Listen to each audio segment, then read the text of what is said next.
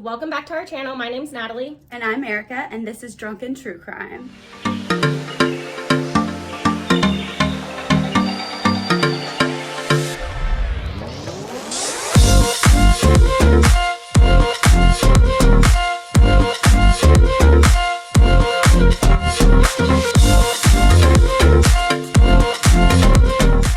For those of you that are new, welcome to our channel. For those of you that are returning, thanks for coming back. Yay!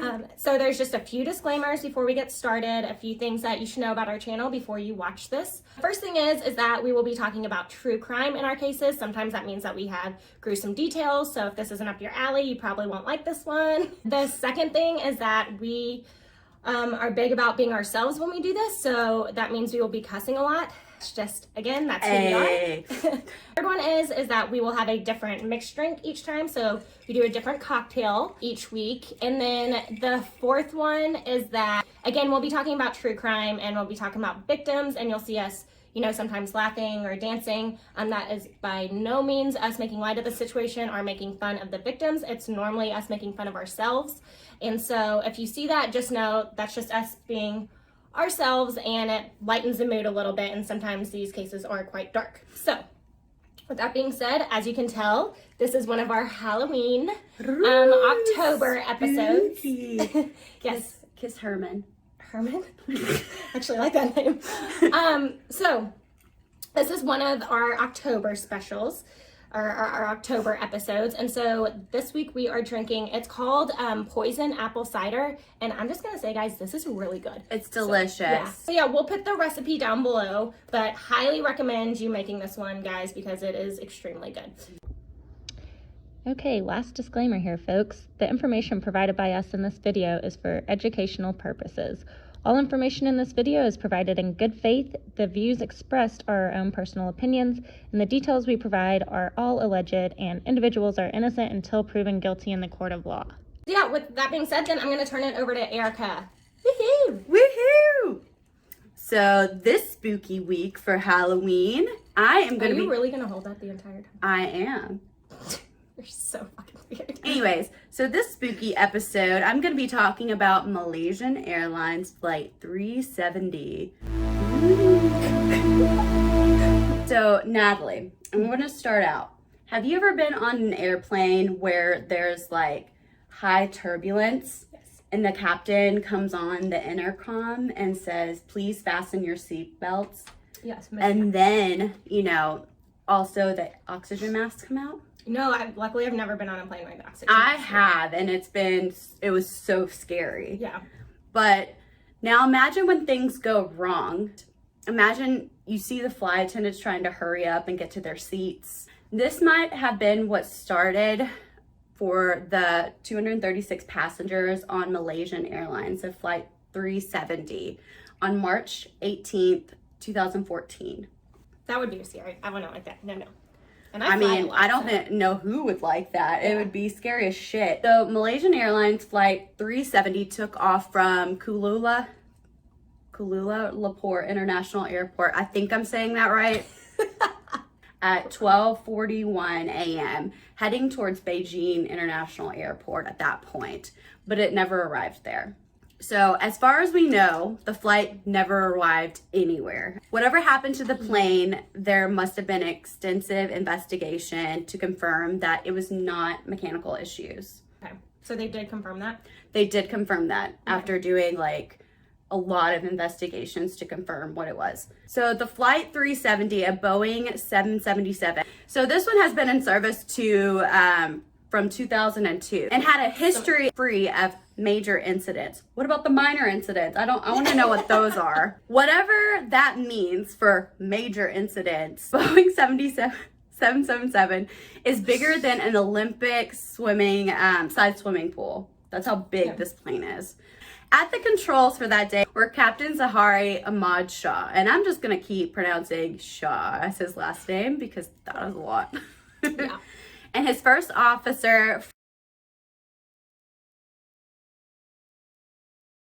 and the first officer was only 27 years old at the time and was still finishing up his training on the 777 aircraft.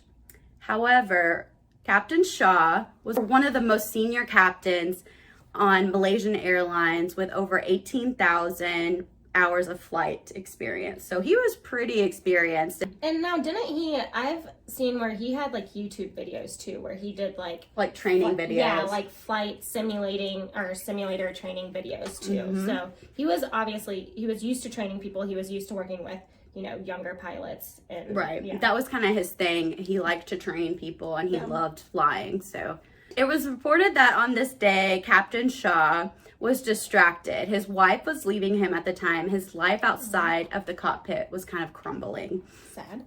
So Flight 370 took off at Kuala Lumpur in Malaysia at 12:41 a.m. At 1:19 a.m., just as the flight was leaving Malaysian airspace and entering Vietnam. I cannot pronounce this next word, so bear with me. Basically, air traffic controller told them to radio the city that they were entering into, and this is the city. Yeah, right here. We'll put it right here because neither of us can pronounce that, and we will, if we try, we'll butcher it. So. No, I've been butchering most of these names anyways, so don't want to piss off any more people. I was gonna say, yeah. So Captain radioed back, "Good night, Malaysian Airline 370. So after he had radioed back to Malaysian air traffic control, the plane disappeared off of Malaysian Airline Right, which is radar, right. which is normal because they were entering another airspace at that point. And now when he said like good night, that means they're like, that is code to saying that they are leaving that airspace. Like, okay, so just make sure, like, that's a normal thing to say good night. It's because they're leaving that airspace. And then they'll say good morning once they enter the next airspace. Right. So when a flight disappears off of the radar screen, like Flight 370, there are certain protocols that are put in place to help try to locate the plane. Wait, no, but it was supposed to fall off of that radar. Yeah, but they never entered into the next airspace. Right. And they communicate to each other. However, what if those certain people that are supposed to be watching this plane just simply miss it? That's exactly what happened at this incident. So the Malaysian air traffic controller that should have been watching the plane drop off the radar screen somehow missed it. He would later say that he was dealing with other traffic elsewhere on his screen and simply didn't notice that the plane disappeared off of the radar. So let that sink in. An entire flight full of 236 passengers and crew disappears off of the screen, and this guy just says, "I simply didn't notice it." Yeah. I mean, I kind of get that though. If he's watching all of the planes in his airspace, I mean, I know there's not just one air traffic control, but I could see where you miss a plane. No, maybe not. I don't know. I do. Do you want to be that plane that gets missed? No. Exactly. I don't know. I'm not going to put any kind of judgment on this guy. Maybe he was having a rough day. We've all been there. Humans aren't perfect. We often make mistakes. But you best believe my flight, I will be a little uneasy next time thinking about air traffic controller not watching my freaking plane. I know. My husband's flying right now. God, that scares me. Yeah. This one freaks me out a little bit. How you can just... I mean, this plane is ginormous. Like, and I'm going to get there, but there's like other things that you can locate. Like, it's not just the radar screen. Right. You have the communications, you have the actual black box, and then you have military radar screen. Yeah. That will be used on this flight, but there's several different kind of protocols and different systems at play to kind of keep where that flight is going. So you don't lose a flight. So you don't lose that flight. Yeah. This is just the first incident that kind of went wrong that day. So remember, they were kind of entering Vietnam at that point, their air traffic control space.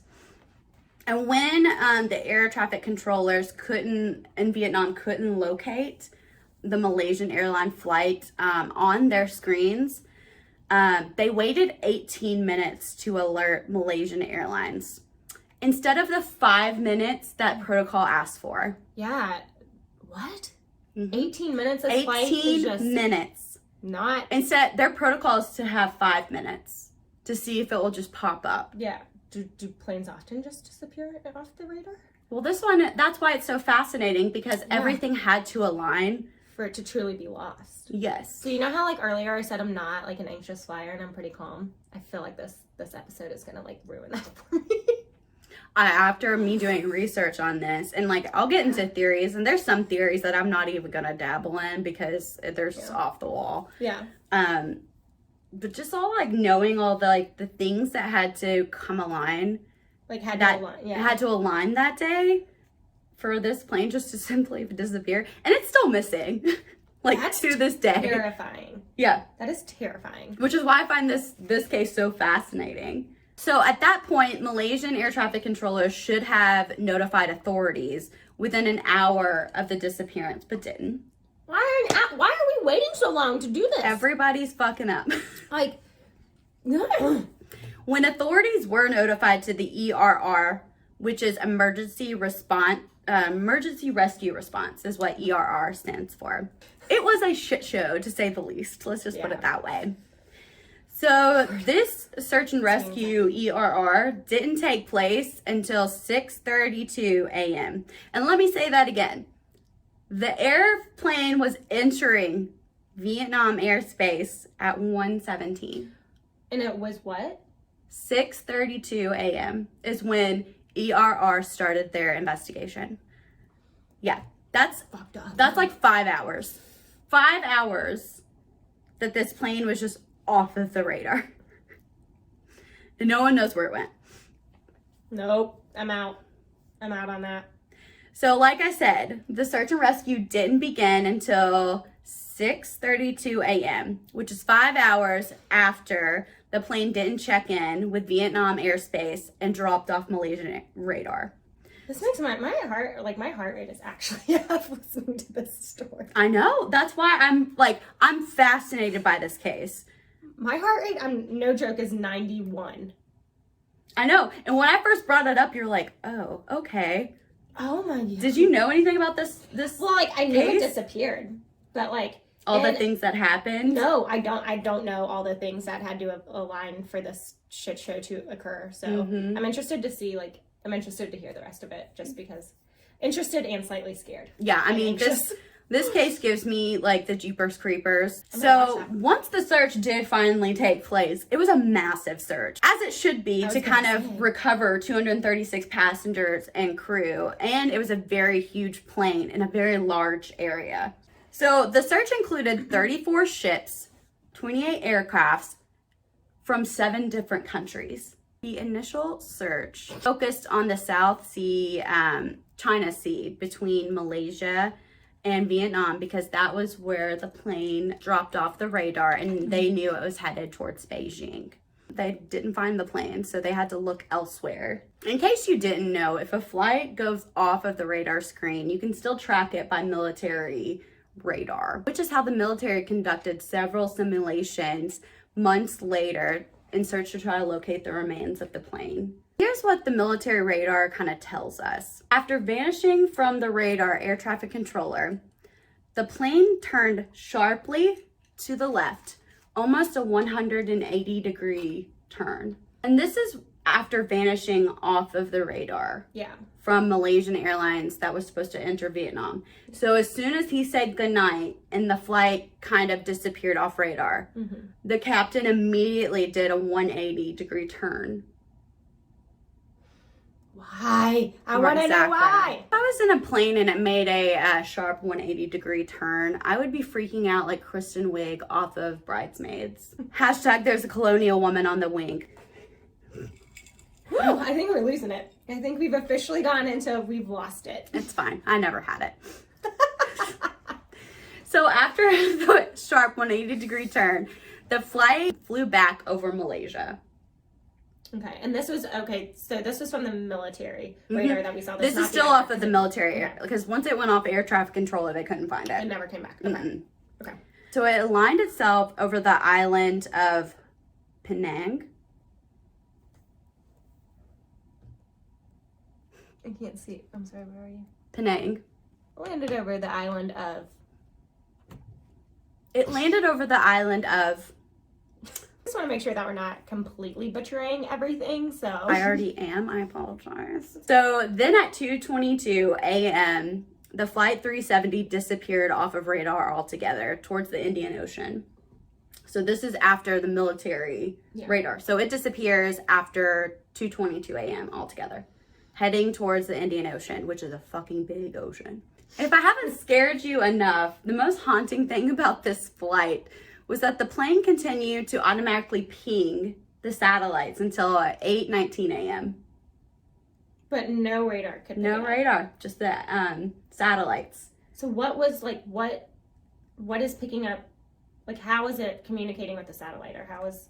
Because Is a it plane, like I said, it has many different controller systems. That's another way to track a plane is through satellites. Oh man. Just like our phone pings. Yeah. So it's An their, airplane like, does the same. communication. Yes, their airplanes do the same thing, like our phones. It will ping towards a different tower. Yeah. But there's no towers for air. It's always up in space, obviously. Yeah. Which tells us that the plane was flying for at least 6 hours after disappearing off the radar. So does it have to be flying? Could like, let's theoretically, like this is just me speaking out loud. Could it have landed and still be pinging? Like something happened, the pilot's very senior, he was like, okay, we got to land this plane, and it could be pinging Landon? Or Yeah, does I mean, have to it be- could still be doing that. Yeah. And as long as, like, I feel like the black Mm-hmm. box is not completely destroyed, then it can still ping. Like, if it's hit, I would assume if it's hit water and it goes really, really deep in the ocean, Right. probably not. Right. Okay. Again, I'm not a Right. I'm not a captain, I not bet a they would pilot. never know. So this is where the search kind of shifted its gears, because remember it was mostly focusing on the South China Sea, but now that they found out that it was pinging towards the Indian Ocean, they shifted towards search and rescue in the Indian Ocean. And I want to point out this is the most vast body of water in the entire world. Lord. Again, all the stars had to align for this Yep. tragedy to happen. And it is assumed that the plane did crash in the South Indian Ocean. Yeah. So what followed is the most expensive search and rescue in aviation history. Yeah. They spent hundreds of $millions and involved planes, ships, submarines, satellites, now from 26 different countries. Yeah. And it never found the plane or the people on board. And they've not found any evidence along the way of where, like, I'm getting there. Okay, So sorry. actual debris washed up on various parts of the Indian Ocean. So we can safely say the plane did crash. So now I'm going to get into what happened and some of the theories about what happened. The most common theory of what happened to the plane is that Captain Shaw was depressed and planned and executed a suicide mass murder. That's the most common theory. That he was basically like, I have nothing to live for, not my wife leaving me, not my children, or the other woman I was seeing. oh, there's always a mistress. There's always a mistress. Or the passengers whose lives are in my hands. Yeah. So, if I didn't already freak you out, Natalie, I'm about to freak you out some more. I think we can safely say you freaked me out. Oh, you just wait. It is said that the pilot can actually turn off various systems from the cockpit to prevent a fire.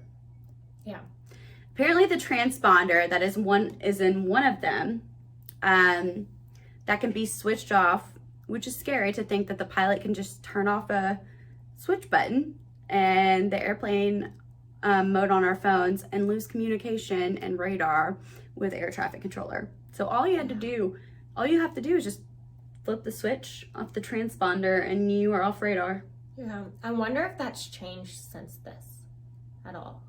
I know a lot has changed since 9/11, so I would assume Yeah. these instances too Yeah. have probably put a lot of protocols in place. But there's a lot of protocols in place during this day, and still people fucked it up. Because this was post 9/11. So how did Captain Shaw turn off the various systems with the co-pilot not noticing?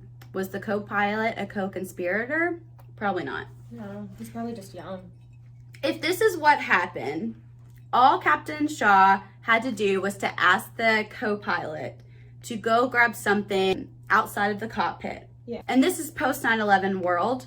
Once you're out of the cockpit, it automatically locks. According to this theory now, Captain Shaw is in the cockpit alone. He has disabled the transponder and is complete control over the plane. Was the crew and the co-pilot not freaking out at this point? I would probably be freaking out knowing what I know about flights, that I wonder if it makes a sound, or I wonder if it you just know when you turn the transponder off. I bet they didn't though if they're not in the cockpit. But that's what I'm saying. Outside of the cockpit, would the crew and the co-pilot not notice something different? I don't think so. Why would they? Because then that means that the passengers could have heard something, and that would freak out because let's say for instance there's a case where you have to do this, okay? It would freak out the passengers if you could hear it on the outside. But this is where I'm getting at, because he turned off the transponder to various different systems, meaning the air in there, meaning the what's it called, depressurizing button. He turned all. Oh, I thought you meant just not the communication piece of it. Oh, no, okay. Various systems. Yeah. Okay, various systems that controlled.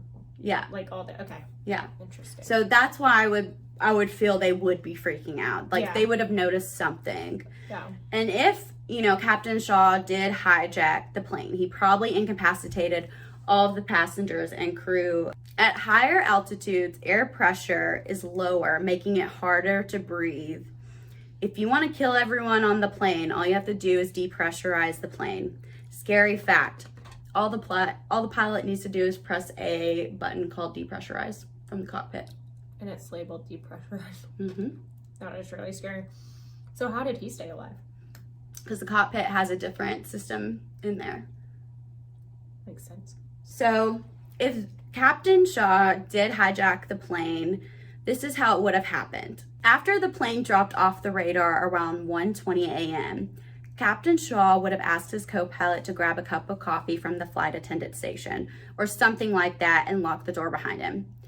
Next, he would have had pressed the button that says depressurize, and out in the cabin, oxygen masks would have dropped from the compartment above their heads. Normally, there would be enough oxygen to last about 15 minutes during an emergency descent. However, at 40,000 feet, they would have been no use. The passengers would have become incapacitated within a couple minutes, losing consciousness, and gently die without choking or gasping for air. Meanwhile, in the cockpit, Captain Shaw had access to masks for hours worth of oxygen. I hope this theory isn't true. I really hope not either. No, because if you see, I've actually seen some of his YouTube videos, and he seemed so, and I know when things happen in your life, obviously, mental instability can come into play. His wife was leaving him, but he seemed very genuinely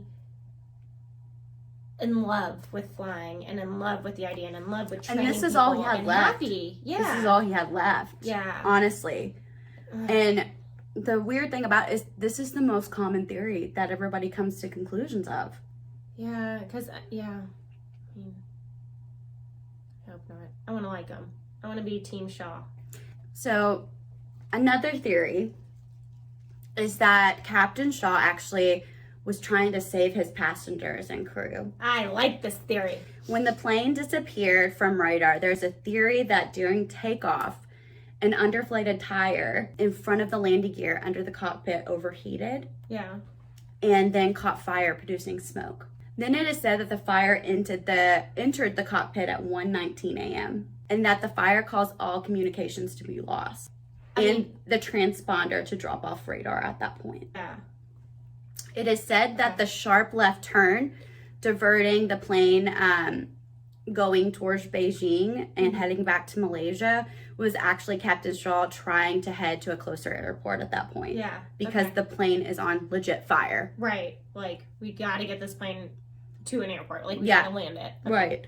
I like this theory. I like it a lot more than him killing everyone. This theory supports that if the plane was on fire, the captain made a decision to go towards the nearest airport that would be easiest to land while the plane is on fire. Yeah. Makes sense. Yeah. I want this to, I know. I want this to actually be it, but it doesn't account for the 6 other hours flying south. That's the only thing, like, I want this to be the theory, but there's still the lingering question of, like, well, if he was trying to go to an airport, then, and you were already over water, why do you head south, so far south with the Indian Ocean? Yeah. But, like, okay, let's go back to the other theory, though. If he truly was trying to do, like, a hijacking, suicide mass murder. Why would he not fly the airplane into something and create? I don't believe that theory. Yeah. I honestly don't. Okay. I don't believe, like, the most common one, I don't believe it, because literally, if his mind was set that, like, I literally am losing my life is crumbling, I'm depressed, but this is the only thing I have left in my life, why would you destroy it? Yeah, I mean, I don't want that to be true. One, because, like, I'm assuming, I would think there's protocols. Even with depression, I don't automatically jump to suicide. Yeah, well, I was saying, though, like, I think that, like, in order to be a pilot, like, you have to do psychological tests, and I'm assuming you have to do them, like, I know you have to do them, you know, over, like, often. More than once. Obviously, it's not like, okay, you do it once and you become a pilot. Like, you do this routinely. Like, they check for this type of stuff. So, don't you think that it would have shown up if it was this? You can't just go from being a completely normal human to mass suicide or mass murder. Right. And, I mean, I'm not saying that can't ever happen, because obviously, I'm sure there's going to be a case that someone will say it happened and I'll look like an idiot. But, like, there's always normally this does not happen. Like, there are so many protocols and so many things in place to catch something like this, that everything had to how did he know that all of the other nuances that, you know, took place, unless they were in on it, which I highly doubt. Yeah, it's a huge conspiracy across different countries. For that theory to actually land, I feel like everybody would have to be in cahoots for this flight to disappear, which I don't think actually is possible. Yeah. I have been wrong from time to time, but another theory is that the plane was actually hijacked and flown to Kazakhstan. Hijackers gained access to the electronics and equipment bay via a hatch in the first class cabin. From there, they would have managed to manipulate the satellite pings so that the plane would look like it's headed south when really it was heading north to Kazakhstan. When the hijackers landed, offloaded the passengers to the fate unknown, and then they buried the plane in order to hide it from satellite imagery. This is just another theory. They buried a 777? Maybe they cut it into pieces and actually dropped, like, some of the debris in the Indian Ocean to keep that theory alive. This would be one hell of a operation. Especially for it to be, like, unsolved for this long. Yeah. Like, I feel like need traces. Well, I feel like if you're hijacking, someone would have claimed this by now. Oh, good point. Yeah. Like, if you're a terrorist and you're hijacking a plane for God knows what reason, you would have claimed it. Good point. Natalie, final thoughts. I think, and this is just me wanting to think this, but I'm hoping that something must have happened to the plane, right? And that this senior pilot was doing something to try to save his passengers, and it just went awry, and I think it crashed in the ocean somewhere, and we'll probably find it not even in our lifetime. Someone will come across it and finally figure out the mystery. But I would like to think in my heart of hearts that he was trying to save them. Like, something went wrong, something broke, something had to have happened for him to turn all this stuff off. So I think of all the theories you presented, the fire one makes the most sense, but I would truly like to believe that he was trying to save everyone and it just went wrong. Like, just a tragic accident and they crashed in the ocean. I completely agree with that something went wrong with the flight. It was engulfed in flames. He was trying to head towards a nearest airport and didn't make it, obviously. And they crashed into a body of water that was near Vietnam. Yeah. Yeah, I feel like something, we're missing a really big piece of this and it's bothering me. I know. I don't like this case. I don't like mysteries. So, fun fact, I don't like it when we don't know the answer. And that's mostly what I do. I know. It bothers bothers me. But no, seriously, let us know what you guys think about this one. Obviously, we would love to hear all the different theories that everyone has. You know, you guys have been great about commenting and actually like bringing up stuff that we never even thought about on some of our other cases. So we would love to hear your thoughts. And yeah, and our hearts and prayers go out to those families that are that survived. Yeah. Especially think about not knowing what happened to your loved one. I mean, it's just like mystery cases that you know, they disappear or they get murdered and they still don't know who their killer is. I mean, it's still so hard. It's still traumatizing to the family that's left. Yeah. And they literally have no leads as to what happened to their family members. Yeah. With that being said, you know, be a bitch, stay alive. Cheers.